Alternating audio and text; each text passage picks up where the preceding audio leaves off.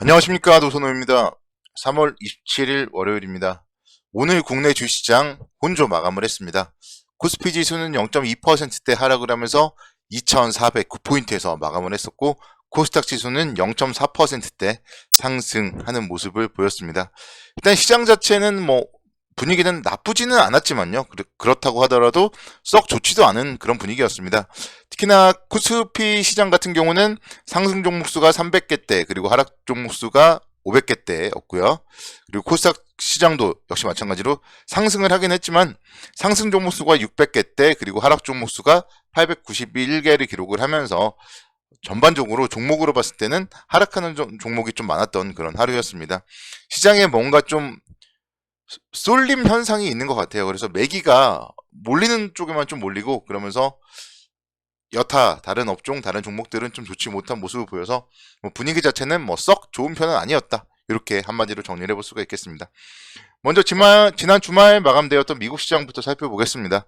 미국 시장은 3대 지수 모두 소폭 상승을 했습니다. 어제도 말씀을 드렸지만 나스닥 지수가 0.3%대, S&P 500 지수 0.5%대, 다우존스 0.4%대 상승을 하는 모습을 보였고요. 도이치뱅크 CDS 상승에 따른 부도 리스크가 부각되면서 장 초반의 분위기는 좋지 못했지만 도이치뱅크가 오후장에 낙폭을 줄이면서 투자 심리가 좀 호전되는 그런 모습을 보였었고, 애플이 0.8%대, 그리고 마이크로소프트가 1%대, 메타가 0.8%대 상승하는 등의 빅테크 관련 주들이 상승을 하는 모습을 보였습니다. 반대로 이제 좀 반도체 관련주들은 좀 급락을 하는 모습을 보였었는데, 일단 그런 부분들이 전반적으로 반도체 관련주에 대해서는 28일 날 마이크론의 실적 발표가 있기 때문에 좀 그 부분 체크를 해보자, 이렇게 말씀을 드리고 싶습니다. 오늘 국내 주시장 코스피 지수 0.3%대 강세 출발을 했고요. 장중에는 0.79%까지도 하락을 하기도 했지만 그래도 다행스러웠던 거는 낙폭을 좀 줄인 채 마감을 했다, 이렇게 말씀을 드릴 수가 있겠습니다. 2395포인트에서 하락이 저지됐어요. 그래서 지난주 금요일 날은 2399포인트에서 하락이 저지되었고, 오늘은 또 2395포인트에서 하락이 저지되었고요.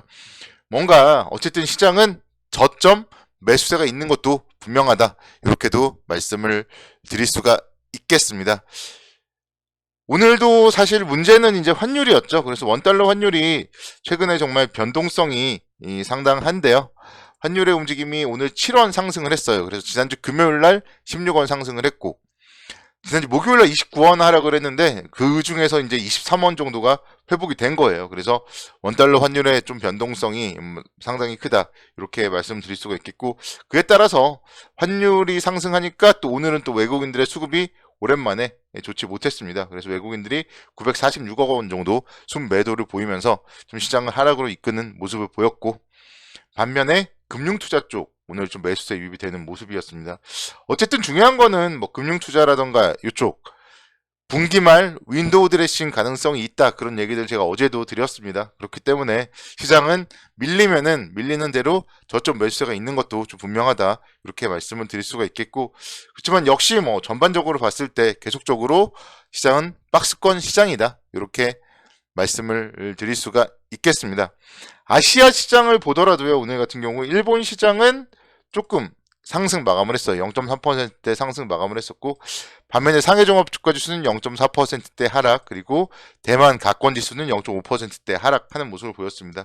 그래서 하락을 하거나 상승을 하거나 전반적으로 봤을 때 좀 큰 추세는 없었던 그런 하루가 아닌가, 이렇게 설명을 드릴 수가 있겠고, 이런 분위기는 아마도 좀 당분간은 이어질 가능성이 많습니다.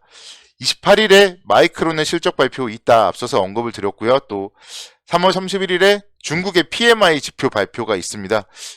관련된 부분 중요하게 좀 살펴봐야 되겠지만 그 외에는 딱히 중요한 좀 경제지표 발표 일정들이 많지 않아요. 어제도 말씀드렸듯이 이번 주에는 경제지표 발표 일정들 좀 많지 않다, 이렇게 정리를 해볼 수가 있겠고, 그만큼 시장은 종목별 장세일 것이고, 지금 이제 3월 마지막 주기 때문에 4월을 대비해야 됩니다. 그거를 여러분들이 잘 생각하시고, 4월에 1분기 실적 발표 시즌이다. 그래서 각 종목들의 실적 컨센서스라던가 이런 거를 좀 잘 살펴보고, 또 분석을 하는 본인의 종목들 분석을 하는 시간들을 가졌으면 좋겠다, 이렇게 말씀드립니다.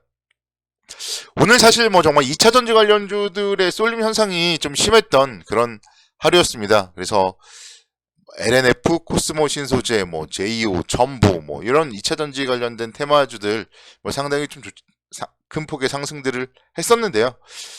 제가 항상 강조드리지만 2차 전지 관련주들은 이제는 정말 적정 밸류에이션을 넘어선 종목들이 많이 있습니다. 여러분들이 주식을 하면서 많이 겪어보셨겠지만 단적인 예로 삼성전자만 해도 그래요. 삼성전자가 막 9만원 넘어가면서 10만전자 막 얘기가 나오고 뭐 자동차 관련주도 마찬가지죠. 기아도 막 10만원 넘어갔을 때 그럴 때 뭔가 쏠림 현상이 있었지만 그 당시가 고점이었던 역사가 있습니다. 그리고 여러분들 뭐 제약바이오 열풍 이런 부분들 생각을 해보시면요. 결국 그 열풍에서 고점을 잡으신 분들은 크게 고통을 받을 수밖에 없습니다. 그래서 2차 전지와 관련되어서는 정말 지금 개인 투자자들이 지금 2차 전지에 좀 광풍이 몰아치고 있는데 덜 먹더라도 안 먹더라도 2차 전지 중에서도 그나마 좀 밸류에이션 매력이 있는 종목을 보셔야 되고 그게 아니면은 또 다른 저평가 업종 저평가 종목을 보자 좀 이렇게 말씀을 드리고 싶습니다. 뭐 LG 에너지 솔루션 같은 경우도 미국 쪽에 애리조나 쪽에 7조 2천억 원을 투자한다 뭐 그런 얘기들 나오고요. 관련된 부분들 그래서 LG 에너지 솔루션이라던가 뭐 삼성 SDI라던가 이런 기업들은요 어쨌든 그래도 큰 기업이고 2차 전지 관련된 부분은 분명 향후의 성장 산업이기 때문에 그런 부분들을 감안을 해봤을 때 뭐 중기적으로 봤을 때 충분히 추가적인 상승 여력이 있는 거는 분명해요. 근데 단기적으로 너무 많이 오른 그리고 이름조차 사실 우리가 어떻게 보면은 생소한 주식을 하지 않았으면 들어보지도 못했을 그럴 기업들에 대해서는 좀 투자는 자제를 하는 게 바람직하다. 그런 얘기를 꼭 드리고 싶고요. 오늘 같은 경우 보시면은 좋은 종목들 많습니다. 포스코홀딩스 같은 기업들도 보세요. 포스코홀딩스 오늘 3% 상승하면서 33만원대 기록을 했는데 뭐 정말 2월달에 34만 9,500원까지 상승을 했었고 그 다음에 뭔가 이렇게 왔다 갔다 거리면서 다시 한번 또 신고가를 내려는 그런 움직임이지 않나 그런 생각을 해보고요. 그래서 관련된 그런 부분들에 대해서 접근을 하는 게 바람직하다 이렇게 말씀을 드릴 수 있겠습니다. 그래서 오늘 보면 철강 업종들도 전반적으로 상당히 좋은 모습을 보였어요. 그래서 철강주에 대해서 뭐 중국과 관련된 부분 앞서서 언급드렸던 뭐 PMI 관련된 지표 이런 부분들이 혹시나 긍정적으로 나온다면은 중국 경기 회복 이런 부분들은 분명 철강 업종에 충분히 좀 모멘텀으로 작용을 할 수가 있다 이렇게 말씀을 드릴 수 있겠습니다. 중국 경기 회복에 따른 수혜로 오늘 철강주들이 상승했다 뭐 그런 뉴스들도 많이 나와 있으니까요. 뭐 관련된 부분들 여러분들 좀 잘 체크해 보시기 바라겠고요. 제가 계속 말씀드리는 부분은 이제 반도체잖아요. 반도체 관련된 부분 계속적으로 좀 긍정적으로 보자. 그런 관점에서는 오늘 시장에서 KC 같은 기업들 1%대 강세를 보이는 모습들도 여러분들이 좀 주목을 해서 살펴봐야 되지 않나 이렇게 말씀을 드리겠습니다. 보시면요 주가가 엄청나게 상승을 하는 건 아니지만 박스권을 그리면서 상당히 안정적으로 움직임을 보여주고 있어요. 그리고 뭐 지난번에 뭐 시장이 이제 다 같이 흔들리면서 61선대까지 하락했을 때 기회의 영역이었을 거고요. 그 다음에 다시 한번 또 안정적으로 이렇게 움직임을 보여주고 있다 말씀드릴 수 있겠고 중국 소비 관련해 계속적으로 말씀드립니다. 뭐 아모레 퍼시픽 같은 경우 분명히 13만원대 이 정도 여전히 싸다고 볼 수 있습니다. 1월달, 2월달에도 충분히 15만원대까지 올랐었기 때문에 지금 13만원대 여기서 15만원만 가도 역시 10%가 넘는 수익률이에요. 그런 부분들을 생각하시고 호텔 신라 여러분들 정말 해외여행 같은 거 계획하고 계신 분들 너무나 많습니다. 지금 석가탄신일까지도 대체공휴일이 적용이 되고 또 10월달에 추석 때도 10월 2일 월요일 날만 뭐 연차를 내면은 상당히 길게 쉴 수가 있고 이런 부분들 때문에 해외여행에 대한 수요 정말 많고 관련된 부분들은 분명 면세점의 실적에 긍정적으로 영향을 미칠 수밖에 없다. 이런 부분들을 잘 감안을 하시고 그러니까 실생활에서 여러분들이 생각을 하세요. 여러분들이 지금 뭐가 하고 싶은지 지금 뭐가 사고 싶은지 이런 거를 좀 생각을 하시면은 주식 투자에 있어서 상당히 좀 많은 도움이 된다. 이렇게 말씀을 드리겠습니다. 내일도 모두 힘내시기 바라겠고요. 뭐 어려운 시장이지만 선곡 투자를 기원하도록 하겠습니다.